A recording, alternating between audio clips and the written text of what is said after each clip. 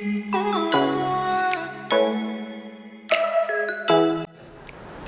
എഴുതിയെടുക്കലാണ്. അപ്പോൾ ഞാൻ മുമ്പ് ഒരു കവിതാ സമാഹരണം ഇറക്കിയിരുന്നു, ആദാം പറഞ്ഞതെന്ന്. അതിനൊരു രസമുണ്ടായി. ഞാൻ പറയുമ്പോൾ ബോറടിക്കുന്നുണ്ടോ അറിയില്ലായിരിക്കും പറയുമ്പോൾ. അത് ഞാൻ ഈ പരിപാടിയൊക്കെ പണ്ട് എഴുതുമായിരുന്നു. കൂടാതെ സ്കൂൾ പഠിക്കുമ്പോൾ, ഞാൻ 8ാം ക്ലാസ്സിൽ പഠിക്കുമ്പോഴാണ് ആദ്യമായിട്ട് ഒരു പാട്ട് എഴുതിയത്. അത് പിന്നീട് ആ പാട്ട് MG രാധാകൃഷ്ണൻ ട്യൂൺ ചെയ്ത് ദുബായിലെ റാസൽഹൈമ റേഡിയോയിൽ പ്രോഗ്രാമിൽ പാടി അവതരിപ്പിച്ചിട്ടുണ്ട്. അത് ഞാൻ 8ാം ക്ലാസ്സിൽ പഠിക്കുമ്പോൾ. അന്ന് സാബിത്ത് എൻ്റെ ഫ്രണ്ടായിരുന്നു. സാബിത്തിൻ്റെ കൂടെ, സാബിത്തും കണ്ടിട്ടുണ്ട് അത് എഴുതിയത്. ആ എഴുതിയത് ചെറിയ വരികളാണ്.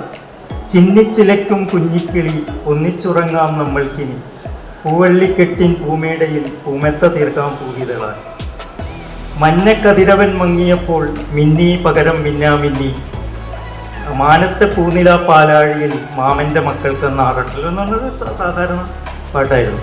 ഞാൻ ഏറ്റവും വലിയൊരു സന്തോഷം എനിക്കുണ്ടായത്, ഞാൻ പണ്ട് മാപ്പിളപ്പാട്ടിൽ വടകര കൃഷ്ണദാസിൻ്റെ പാട്ടുകൾ, ഈ VM കുട്ടി എന്ന വലിയ മാപ്പിളപ്പാട്ട് ഗായകനുണ്ട്. അദ്ദേഹത്തിൻ്റെ സ്റ്റേജ് പ്രോഗ്രാമൊക്കെ എപ്പോഴും കേൾക്കുകയും, അന്ന് കാസറ്റാണല്ലോ, ഗൾഫിലൊക്കെ നടക്കുന്ന കാസറ്റ് കേൾക്കുകയും, അത് ഈ കൃഷ്ണദാസാണ് അതിൽ ഒരുപാട് പാട്ടുകൾ, ഈ ഓത്തുപള്ളിയിൽ എന്ന് നമ്മൾ പാടിയിരുന്ന ആ പാട്ട് ആദ്യമായിട്ട് പാടിയത് കൃഷ്ണദാസായിരുന്നു.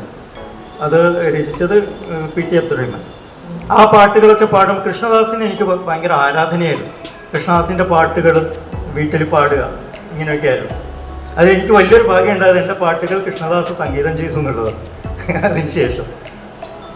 അപ്പോൾ അങ്ങനെയുള്ള കുറേ ഭാഗ്യങ്ങളുണ്ടായിട്ട് നമ്മുടെ ആഗ്രഹങ്ങൾ ഇങ്ങനെ വന്നു എന്നുള്ള കാര്യമാണ്.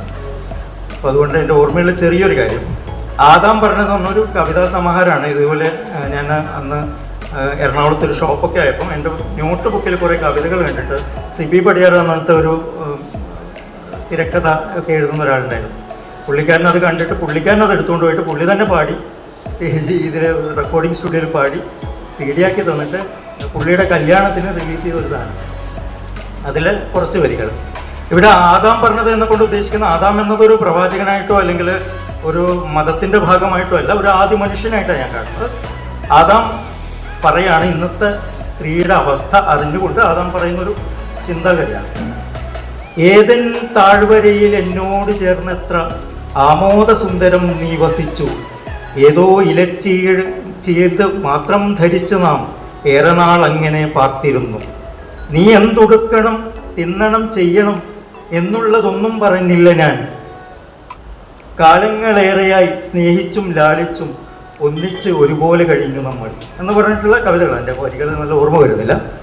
അതിൽ വന്നു വരുന്നത് എന്താ വെച്ചാൽ, നാൾ വഴിയിൽ എവിടെ വെച്ചാൻ കിടാങ്ങൾ നിന്നെ ചൊൽപ്പടിയിലാക്കി തടഞ്ഞു നിർത്തി എന്ന് പറഞ്ഞ് വരുന്ന കാര്യങ്ങളാണ്.